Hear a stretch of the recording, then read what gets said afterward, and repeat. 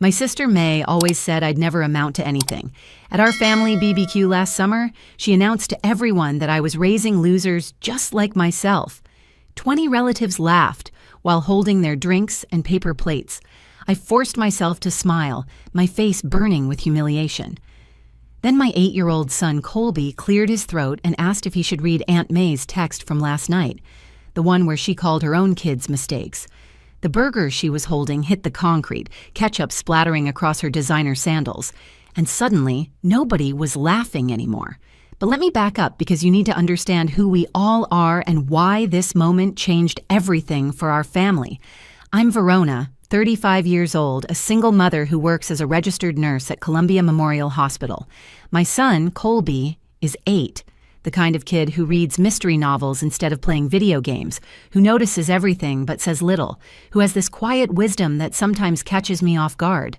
We live in a 2-bedroom apartment where the air conditioning works half the time and the neighbors play music too loud on weekends. But we've made it our home. My sister May is 7 years older than me, married to Dennis, who owns 3 car dealerships across the state. They live in a house with 6 bedrooms, though only 4 people live there. May doesn't work unless you count organizing charity galas where she can show off her latest designer purchases. She has 2 kids, Brock, who just turned 16 and speaks mostly in grunts, and Thea, 14, who's developed her mother's talent for cutting remarks but none of her social grace. Our mother, Pearl, turned 68 this year. She still lives in the same house where May and I grew up, a modest ranch-style home with a big backyard where she grows tomatoes and holds these family gatherings that she insists will keep us all connected. She means well, but these events usually turn into May's personal showcase, while I serve as her favorite target. My younger brother Jace works construction, shows up when he can, and has mastered the art of avoiding May's commentary by arriving late and leaving early. Smart man. That particular Sunday in July started like every family gathering at Grandma Pearl's house. The Texas heat was already oppressive by 10 in the morning when I arrived with Colby and my homemade potato salad, the one I'd finished preparing at 3 a.m. after getting home from a double shift. May's Tesla was already parked in the driveway, gleaming like a monument to success.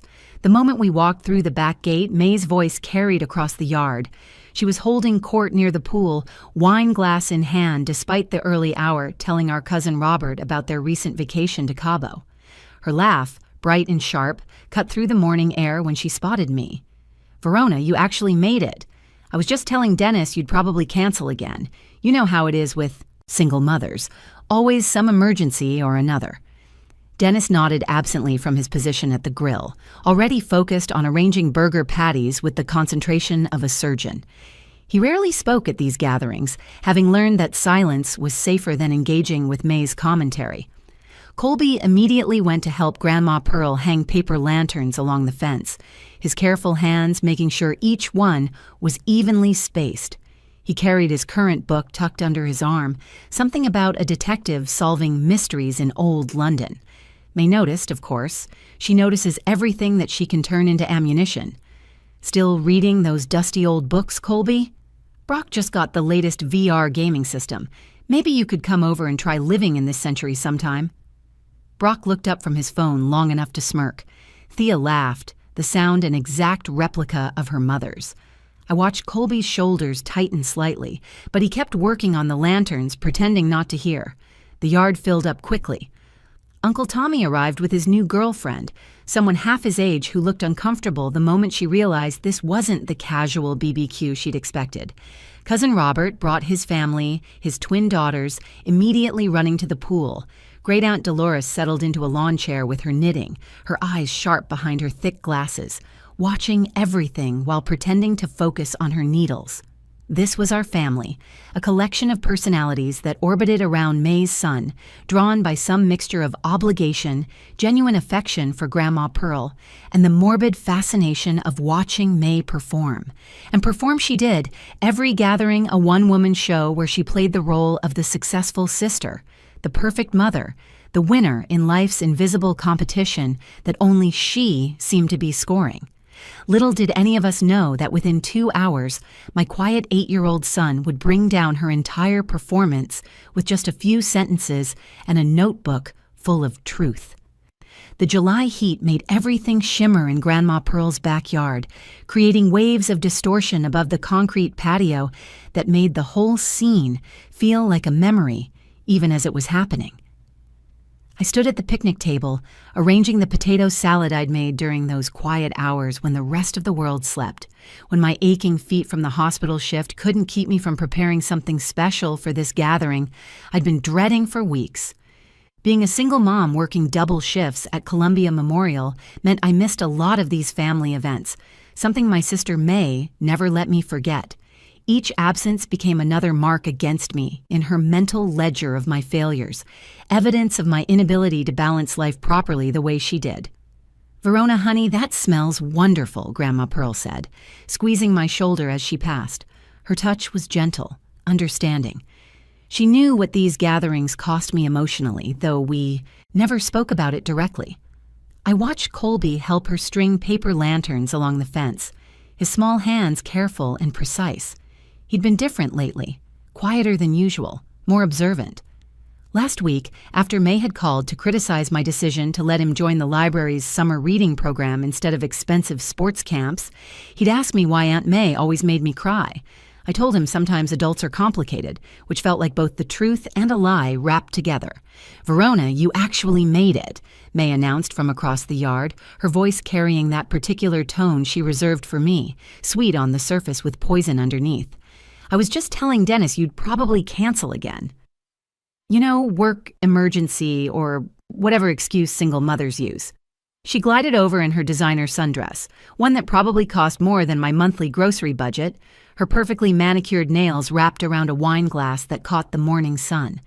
Everything about May was carefully curated, from her professionally highlighted hair to her subtle cosmetic improvements that she claimed were just good skincare. "I said I'd be here," I replied, keeping my voice neutral. 20 years of practice had taught me that defending myself only gave her more ammunition. The family continued arriving in waves. Uncle Tommy's new girlfriend looked increasingly overwhelmed as she realized this wasn't the casual BBQ she'd expected, but rather a carefully orchestrated social performance. Cousin Robert's twins splashed in the pool while their parents settled into lawn chairs with beers. Great Aunt Dolores took her usual spot under the umbrella, her knitting needles clicking in rhythm as her sharp eyes tracked every interaction. "Mom, the WIFI password?" Thea demanded without looking up from her phone, having claimed the best chair in the shade. "Same as always, sweetheart," May responded, then turned her attention back to me. "At least they know how to use technology properly, unlike some kids who still read paper books." Her gaze landed on Colby, who had settled onto the porch steps with his mystery novel. He was reading about Sherlock Holmes this week, completely absorbed in a world of deduction and logic, finding comfort in stories where observant outsiders became heroes. "Reading helps with cognitive development," I said quietly. "So does social interaction," May countered. "Brock is president of his debate team." Thea's in advanced placement everything.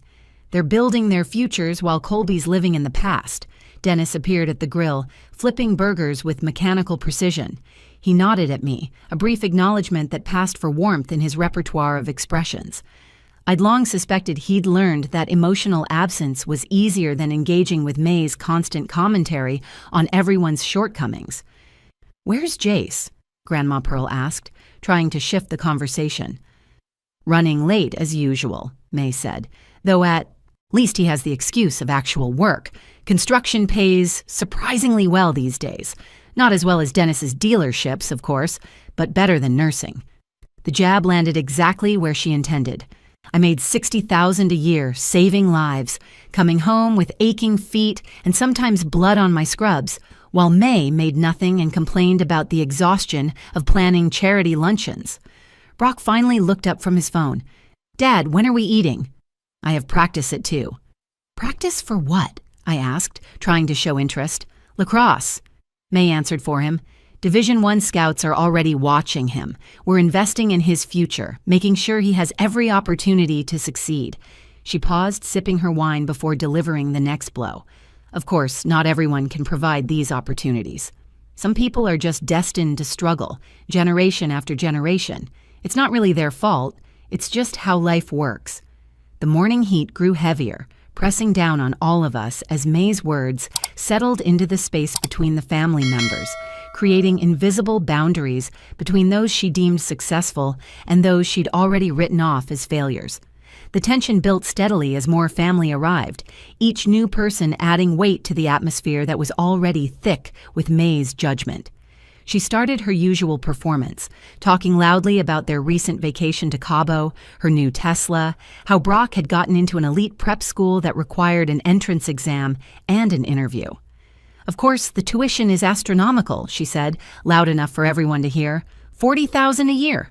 But Dennis and I believe education is everything. You can't put a price on giving your children the best possible future. She looked directly at me as she said this. Knowing that Colby attended public school, knowing that $40,000 was nearly my entire yearly take-home pay after taxes. Grandma Pearl tried to intervene from her seat near the garden. May, that's enough. We're here to enjoy family time. Oh, Mom, I'm just being honest. Verona knows I love her, but look at her choices. Nursing? Really? When she could have married Richard when she had the chance. He's a partner at a law firm now, you know, has 3 kids and a house in Westchester. Now she's alone, working nights, barely making ends meet. Richard. She always brought up Richard, the man I dated in college, who'd wanted me to drop out and support his career. The man who'd told me nursing was beneath someone with my intelligence, who'd planned out my entire life without asking what I wanted. I gripped my lemonade glass tighter, feeling the condensation slip between my fingers. I love my job, May. I help people. Last week I saved a child's life during a code blue. That matters to me. Help people? May laughed, the sound sharp and cutting through the summer air like a blade. You can't even help yourself. And poor Colby, growing up without a father figure, spending his summers reading instead of at camps or traveling. It's just sad, really. The conversation took a darker turn when May noticed Colby's shoes. He was wearing sneakers I'd found at Goodwill, practically new, a brand name that someone had donated probably after their kid outgrew them in a month. They were clean, comfortable, and he loved them because they were blue, his favorite color. Oh my God, Verona, are those from Goodwill? Her voice rose to a pitch that made everyone stop talking and turn to look. You're dressing your child in other people's garbage? They're perfectly good shoes, I managed to say, my voice barely steady. This is what I mean about cycles of poverty, May continued, now addressing her audience. It starts with small compromises. Used shoes become normal, library books instead of buying new ones, public school instead of investing in real education. Before you know it, you're raising another generation that thinks this is acceptable. Thea looked up from her phone. Mom's right. It's kind of gross wearing someone else's shoes. Like, what if they had foot fungus? Colby's face went red. He closed his book carefully, his small fingers trembling slightly as he placed his bookmark. May wasn't finished. She stood up, holding her wine glass high like she was making a toast at one of her charity galas. The designer bracelets on her wrist caught the light, sending little sparkles across the patio like scattered stars. This is exactly what I mean, everyone. She's raising a bunch of losers just like herself. No ambition, no standards, no future. Working-class people who think reading library books and wearing thrift store clothes is enough. It's not cruel to say it, it's honest. Someone needs to break the cycle, and clearly Verona won't. The laughter that followed felt like needles under my skin. Cousin Robert chuckled into his beer. Uncle Tommy's girlfriend tittered nervously, unsure if she should join in. Even teenage Brock looked up from his phone to smirk, his expression a younger version of his mother's superiority. Uncle Dennis stayed silent at the grill but didn't defend me, his silence as damning as laughter. I forced my lips into something resembling a smile, my cheeks burning with humiliation. This was the worst it had ever been, the most public, the most cruel. Around me, my family, people who had known me since birth, were laughing at my failures as a mother, as a person, as a human being worthy of basic respect. At least my kids will have trust funds, May continued, emboldened by the response. They'll have choices, options. They won't have to work themselves to death for scraps like some people.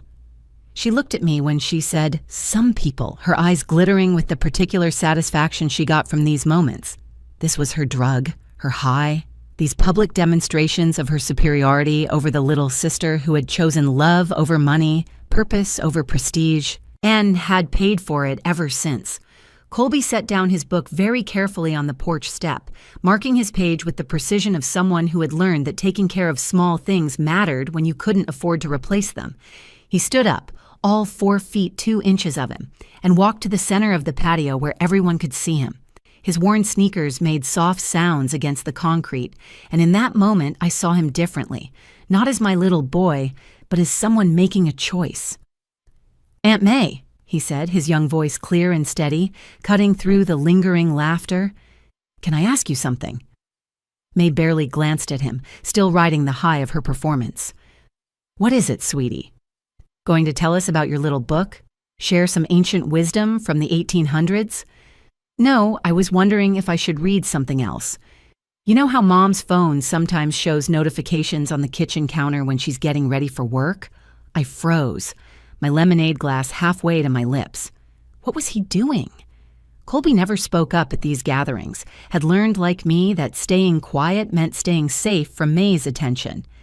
"Yesterday, when you texted Mom at 11:47 p.m., I saw it. The message was pretty long. May's wine glass stopped moving. The light caught it, suspended in air like time had paused. I don't text your mother. We're not exactly chatting buddies. You do, actually. From your other phone, the one you use when Uncle Dennis isn't around, the one with the pink case that you hide in your purse. Should I read what you wrote?" The backyard went silent except for the sizzling grill, the sound of meat cooking suddenly loud in the absence of conversation. Even the twins in the pool had stopped splashing, sensing the shift in atmosphere the way children can feel storms coming. Dennis turned from the grill slowly, spatula still in hand. What other phone? May's face underwent a series of rapid transformations, from confusion to anger to something that looked like fear. "This is ridiculous. He's making things up. You know how kids are with their imaginations, especially ones who read too much fiction." Colby pulled out a small notebook from his pocket, the one I'd bought him at the dollar store for his story ideas. He kept it with him always, jotting down observations and plot twists for the mysteries he wanted to write someday. I wrote it down because Mom was crying and I wanted to understand why grown-ups say mean things when they're actually sad. "You had no right to read private messages," May started, her voice rising. "You had no right to make Mom cry," Colby responded simply. "Every time she comes home from here, she cries. She thinks I'm asleep, but I'm not. I see her sitting at the kitchen table with her head in her hands. Last month after Easter, she cried for an hour." Grandma Pearl stood up slowly, her arthritis making the movement painful. "May, what did you write to my daughter?" "Nothing, Mom." "This is all being blown out of proportion." The kid's confused. "I'm not confused," Colby said. "I have a good memory." That's what Mrs. Patterson says at school. She says I have exceptional recall. Do you want to know what exceptional recall means, Aunt May? It means I remember exactly what your message said. Brock had put down his phone completely now, staring at his mother. Thea had stopped examining her nails and was watching with her mouth slightly open. The entire family had formed a circle without meaning to, everyone leaning in, waiting. "This is inappropriate," May said, but her voice had lost its commanding tone. "Dennis, tell them this is inappropriate.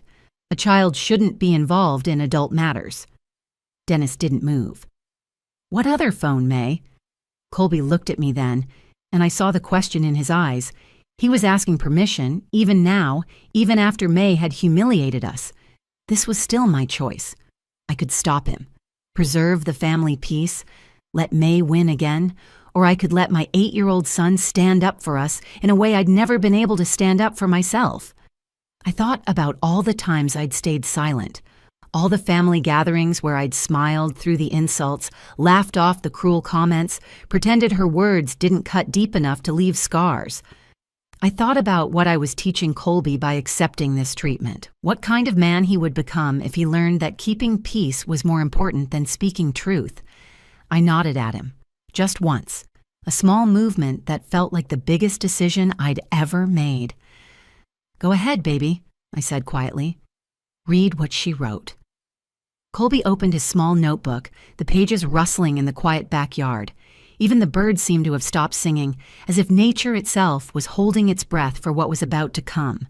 He looked down at his careful handwriting, the letters neat and precise the way his teacher had taught him. You wrote, "Dennis found out about Craig. I'm drowning here. My kids are mistakes I can't undo.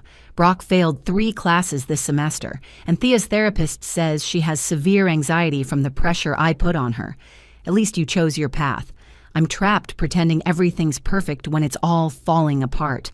Your life looks like freedom compared to mine." May's burger slipped from her hand, hitting the concrete with a wet splat. Ketchup and mustard splattered across her designer sandals, spreading like a crime scene on the patio. Her face had gone white, the carefully applied bronzer suddenly standing out like war paint on pale skin. You can't," May stammered, her usual eloquence deserting her completely. "There's more," Colby said calmly, flipping to the next page, "about how you cry in your Tesla after dropping the kids at school, about the pills you take, the ones you told Dennis were vitamins but are really for anxiety, about how you wish you were brave like Mom." Brock's phone hit the ground with a crack. "Mom? What's he talking about? Who's Craig? And I didn't fail 3 classes, I failed 4. You told Dad I got all A's." Uncle Dennis's face transformed from confused to understanding to something darker. The spatula in his hand bent under his grip. "Craig? Your personal trainer, Craig? The one who texts you about workout schedules at midnight?" Thea started crying, the tears cutting channels through her carefully applied makeup that May had let her start wearing at 13. "Mom, is that why you're always yelling at us? Because we're mistakes? Is that why nothing I do is ever good enough? Last week you threw away my report card because I got an A- in math. You said I was an embarrassment." "Stop it," May hissed, but her voice broke on the words. "Everyone just stop it. This is a violation of privacy. This is illegal. I could sue." "For what?" Grandma Pearl asked quietly. "For a child telling the truth? For exposing the lies you've built your entire life on?" Colby continued reading, his voice steady like he was presenting a book report. "You also wrote that you're jealous of Mom because she chose her own life. Because when Richard wanted her to quit school, she said no, because she'd rather work double shifts than live in a cage. You said, Verona has something I'll never have. She has freedom and a son who loves her for who she really is, not for what she can buy him." The notebook closed with a soft sound that seemed to echo across the yard. Colby looked up at May, his eyes calm and direct. "You called us losers, but you're the one who lost. You lost yourself. You little brat!" May lunged forward, but Dennis caught her arm. "Don't you dare!" he said, his voice low and dangerous. "Don't you dare blame a child for your lies. 3 years, May. 3 years I've been asking about the credit card bills, the secret phone calls, the way you disappear for hours, and you made me think I was paranoid. Dennis, please, it's not what you think," May pleaded, her perfect facade cracking like expensive china. "The kids' grades? Their therapy? You told me they were thriving. You said Brock was Harvard material. You said Thea was perfectly adjusted. I needed help," Thea sobbed. "I begged Mom to let me see someone about my anxiety, and she only agreed if I promised not to tell you. She said it would make the family look weak." Cousin Robert stood up, his beer forgotten. "May, is this true? All of it?" Uncle Tommy's girlfriend whispered something about needing to leave. Great Aunt Dolores had stopped knitting entirely, her needles frozen mid-stitch. "You don't understand," May said desperately, looking around at the family she'd performed for all these years. The pressure to be perfect, to have the best of everything, to win at life. "None of you understand what that's like." "No," I said, finding my voice at last. "We don't understand that. We understand working hard, loving our families, and being honest about who we are. We understand that designer shoes and private schools mean nothing if you're empty inside." May's legs seemed to give out. She sank into a chair, her wine glass rolling across the patio, leaving a red trail like blood. Her perfect hair fell across her face, and for the first time in years I saw my sister. Not the character she played, but the frightened woman underneath who had built a prison and called it success. The BBQ ended quickly after that. Dennis took the kids and left without saying goodbye, his jaw clenched tight as he guided Brock and Thea to his BMW. Thea was still crying, mascara running down her 14-year-old face. While Brock kept asking questions his father wouldn't answer. May tried to follow them, babbling explanations and apologies, but Dennis wouldn't even look at her. He just loaded the kids into the car and drove away, leaving May standing in the driveway in her stained designer sandals. The other relatives scattered like startled birds, suddenly remembering urgent appointments and previous commitments. Cousin Robert mumbled something about needing to get home. Uncle Tommy and his girlfriend practically ran to their car, and even Great Aunt Dolores packed up her knitting with unusual speed. Within 15 minutes, the backyard that had been full of laughter and cruel jokes was nearly empty. My brother Jace, who had arrived just in time to witness the aftermath, helped me pack up our things. He'd walked into the backyard as May was sobbing into her hands, and he'd pieced together what happened from the shell-shocked expressions on everyone's faces. "Remind me never to mess with Colby," he whispered, loading the cooler into my car. "Kid's got more courage than all of us combined." Grandma Pearl hugged Colby for a long time before we left, whispering something in his ear that made him smile. She squeezed my hand and said, "You're raising him right, Verona. Don't let anyone ever tell you different." In the car, I looked at my son through the rearview mirror. He had opened his book again, already lost in the world of Victorian London and brilliant detectives. The afternoon sun caught his hair, making it glow golden, and I was struck by how much older he looked than he had that morning. "How long have you known about those texts?" I asked as we pulled away from Grandma's house. "Since last month." I wasn't going to say anything, but when she called us losers and everyone laughed, I thought about the heroes in my books. They always stand up for what's right, even when they're scared. "Were you scared?" "Terrified," he admitted, looking up from his pages. My hands were shaking. "But Mom, you work 16-hour shifts to help sick people. You read to me every night, no matter how tired you are. You make Halloween costumes from scratch and know every teacher's name at my school. You helped Mrs. Chen next door when she broke her hip, bringing her groceries for 2 months. If that makes us losers, then I'd rather be a loser than whatever Aunt May is." 2 weeks later, Grandma Pearl called with updates. May and Dennis were getting divorced. The proceedings were ugly, with Dennis's lawyers discovering more lies than just the affair with Craig. Apparently, May had been hiding debt, had fabricated most of her charity work, and had been using pills she bought from someone at her gym. The kids were in therapy now, real therapy this time, not the kind where you just throw money at problems and hope they disappear. May sent me a text from her regular phone, the pink one she no longer had to hide. "I'm sorry for everything. You were always the strong one. I see that now." I stared at the message for a long time before deleting it. Some bridges, once burned, light the way forward instead of back. I didn't need her apology, and I didn't need her validation. I had everything I needed in my small apartment with the temperamental air conditioning and the 2 loud neighbors. Colby and I were at the bookstore the following weekend when I told him we were taking a vacation.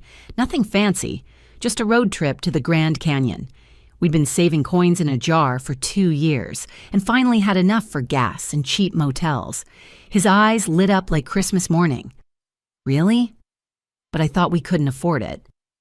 Turns out we can afford more than I thought when we stop spending energy on people who don't deserve it, when we stop letting others define our worth. He hugged me right there between mystery and science fiction, not caring who saw. "Mom, we're not losers, are we?" "No, baby. We're the heroes of our own story, and heroes don't need anyone else's validation. They just need courage, truth, and love." As we left the bookstore, Colby asked, "Do you think Aunt May will be okay?" I thought about my sister, alone in her big house with her designer clothes and empty life. Maybe. Sometimes people need to lose everything they pretended to have before they can find what's real. Like in books when the character has to reach rock bottom. Exactly like that. And that's the story of how my 8-year-old son taught a family of adults about courage, and how sometimes the smallest voice speaks the loudest truth. If this story resonated with you, please hit that like button and share it with someone who needs to hear it. Drop a comment below about a time when you or someone you know stood up to a bully, even when it was scary. And don't forget to subscribe to the channel for more stories about real people finding their courage in unexpected moments. Thank you for being here. And remember, you're writing your own story every single day. Make it count.